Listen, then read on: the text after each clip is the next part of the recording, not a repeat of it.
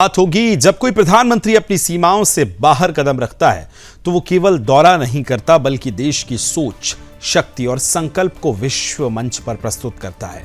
प्रधानमंत्री नरेंद्र मोदी अब एक बार फिर भारत की आवाज को वैश्विक मंचों तक पहुंचाने के लिए दो महत्वपूर्ण देशों जिसमें यूनाइटेड किंगडम और मालदीव्स की रणनीतिक यात्रा पर रवाना हो चुके हैं।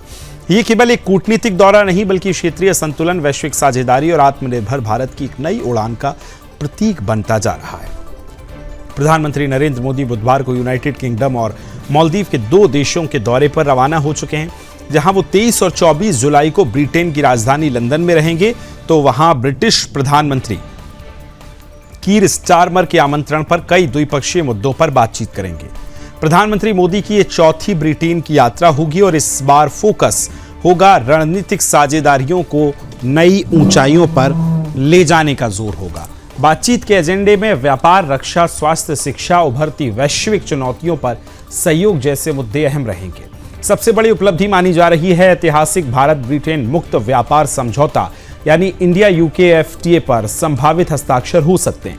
इस समझौते के तहत भारत से ब्रिटेन को होने वाले लगभग 99% निर्यात को टैरिफ में छूट मिलेगी। इससे न केवल भारत के टेक्सटाइल, इंजीनियरिंग और IT सेक्टर्स को बढ़ावा मिलेगा बल्कि ब्रिटेन के विस्की, प्रीमियम कार और अन्य उत्पादों को भारतीय बाजार में नई पहुंच मिलेगी। प्रधानमंत्री मोदी की मुलाकात किंग चार्ल्स तृतीय से भी प्रस्तावित है, जो दोनों देशों के बीच राजनयिक संबंधों में ऐतिहासिक गहराई और शिष्टाचार का परिचायक होगा। भारत ब्रिटेन रणनीति साझेदारी को 2021 में कॉम्प्रिहेंसिव स्ट्रेटेजिक पार्टनरशिप का रूप दिया जा रहा था। तब से दोनों देशों के बीच उच्च स्तरीय राजनीतिक संवाद, व्यापारिक सहयोग, रक्षा संबंध और तकनीकी अनुसंधान के क्षेत्रों में निरंतर प्रगति हुई है। वर्तमान में भारत ब्रिटेन का द्विपक्षीय व्यापार $55 अरब के पास पहुंच चुका है। ब्रिटेन का ये छठा सबसे बड़ा निवेशक है, जबकि भारत स्वयं भी ब्रिटेन में $20 अरब से अधिक का प्रत्यक्ष विदेशी निवेश कर चुका है। भारत और ब्रिटेन के बीच सेनाओं के 3 अंगों के बीच संवाद और अभ्यास जो है लगातार बढ़ रहे हैं।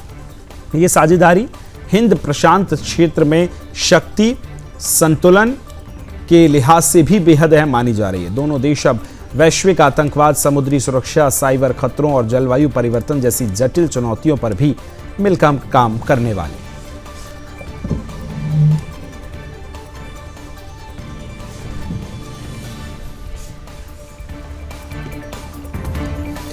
पड़ोसी होने का अर्थ सिर्फ सीमा साझा करना नहीं होता बल्कि संकट की घड़ी में साथ खड़ा होना भी होता है। भारत ने एक बार फिर यह साबित किया है कि वो केवल एक भौगोलिक शक्ति नहीं बल्कि मानवीय मूल्य और संवेदनशीलता से भरपूर एक जिम्मेदार राष्ट्र है।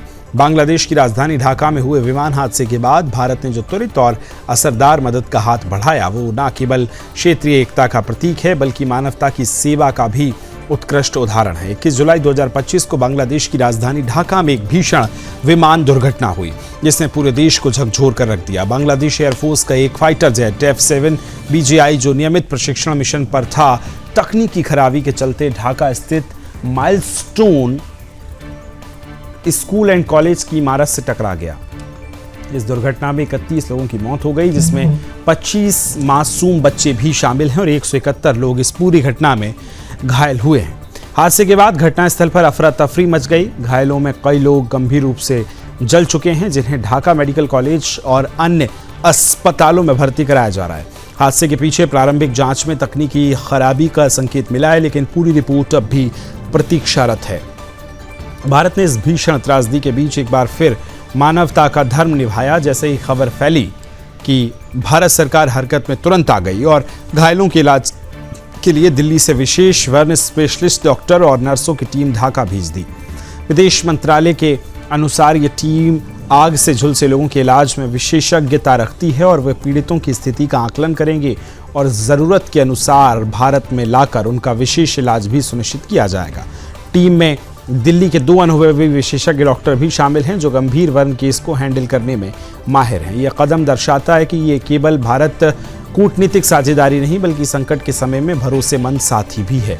प्रधानमंत्री मोदी ने ढाका में हुई इस दुर्घटना पर गहरा शोक व्यक्त किया और अपने आधिकारिक सोशल मीडिया X पर लिखा कि ढाका में हुए इस दुखद हवाई दुर्घटना में हुई जानमाल की हानि, जिनमें कई युवा छात्र भी थे, हम अत्यंत स्तब्ध और दुखी हैं। हमारी संवेदनाएं शोक संतप्त परिवारों के साथ हैं। हम घायलों के शीघ्र स्वस्थ होने की प्रार्थना करते हैं। बांग्लादेश के साथ भारत एकजुटता में खड़ा है और हर संभव सहायता और सहयोग प्रदान करने के लिए तत्पर है।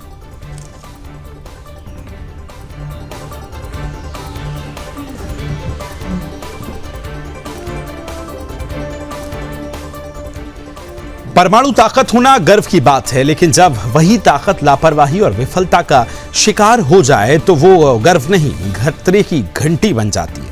पाकिस्तान ने 22 जुलाई को जो किया वो पूरी दुनिया के लिए एक सबक है और खुद पाकिस्तान के लिए चेतावनी। शाहीन तृतीय जैसी परमाणु क्षमता वाली मिसाइल का परीक्षण करना कोई मामूली बात नहीं है, लेकिन जब वही मिसाइल लक्ष्य चूक जाए, जनता के सर के ऊपर से आ गिरे और सेना उस सच्चाई को दबाने के लिए इंटरनेट बंद कर दे, तो सवाल सिर्फ तकनीक पर नहीं, नियत और क्षमता पर भी उठता है। आज हम आपको दिखा रहे हैं शाहीन तृतीय मिसाइल टेस्ट की सफलता के असफलता के पीछे जो सच छिपे हुए हैं, उस पे किस तरह से गाजी खान के परमाणु प्लांट के खतरे और बलूचिस्तान के डरा दिए गए नागरिकों की कहानी भी है। दरअसल पाकिस्तान में परमाणु क्षमता वाली शाहीन जो तृतीय बैलिस्टिक मिसाइल है, उसका परीक्षण 22 जुलाई को किया गया था, लेकिन यह परीक्षण एक भीषण विफलता में बदल गया। मिसाइल अपने निर्धारित लक्ष्य से भटक गई और उसका मलबा पंजाब प्रांत के डेरा गाजी खान में स्थित पाकिस्तान के सबसे संवेदनशील न्यूक्लियर फैसिलिटी के नजदीक गिर गया। इस मिसाइल का हिस्सा बलूचिस्तान के डेरा बुगती जिले के मैट क्षेत्र में गिरा, जहां से नागरिक आबादी मात्र 500 मीटर की दूरी पर है।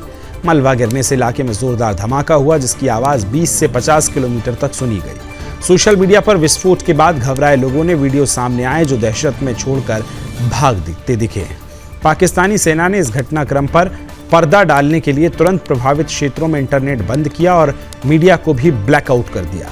स्थानीय प्रशासन की ओर से यह बयान दिया गया, ये सैनिक बूम हो सकता है, लेकिन स्थानीय नागरिकों और स्वतंत्र सूत्र इसे मिसाइल दुर्घटना बता रहे हैं। शाहीन तृतीय मिसाइल को पाकिस्तान अपनी सबसे लंबी दूरी तक मार करने वाली मिसाइल मानता है, जिसकी रेंज 2750 किलोमीटर है और जो भारत के प्रमुख शहरों जैसे दिल्ली, मुंबई और बेंगलुरु तक पहुंच सकती है।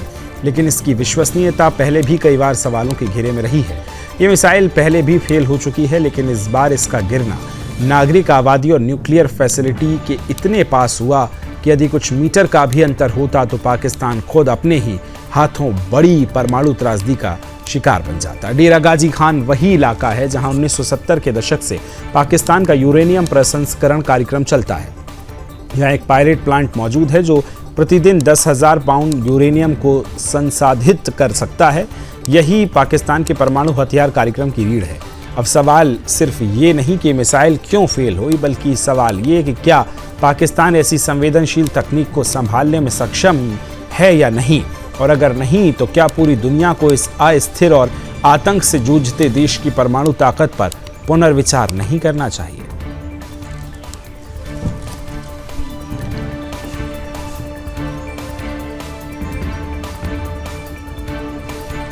चीन ब्रह्मपुत्र पर सबसे बड़ी यारलुंग जांगलो जल विद्युत परियोजना बना रहा है, जिसकी लागत तकरीबन $170 बिलियन आएगी। चीन का ऐसा दावा है कि इससे प्रतिवर्ष इतनी बिजली पैदा की जा सकेगी जितनी ब्रिटेन की जरूरत है।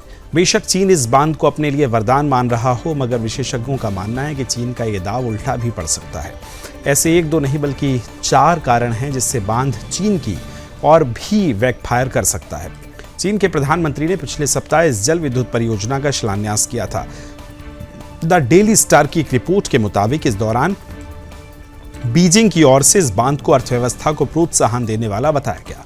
इस योजना के तहत चीन 50 किलोमीटर लंबे उस हिस्से में 5 बांध बनाने जा रहा है जहां नदी तिब्बती पठार 2000 मीटर जो है नीचे गिरती है। इस योजना के 2030 तक पूरे होने की उम्मीद है।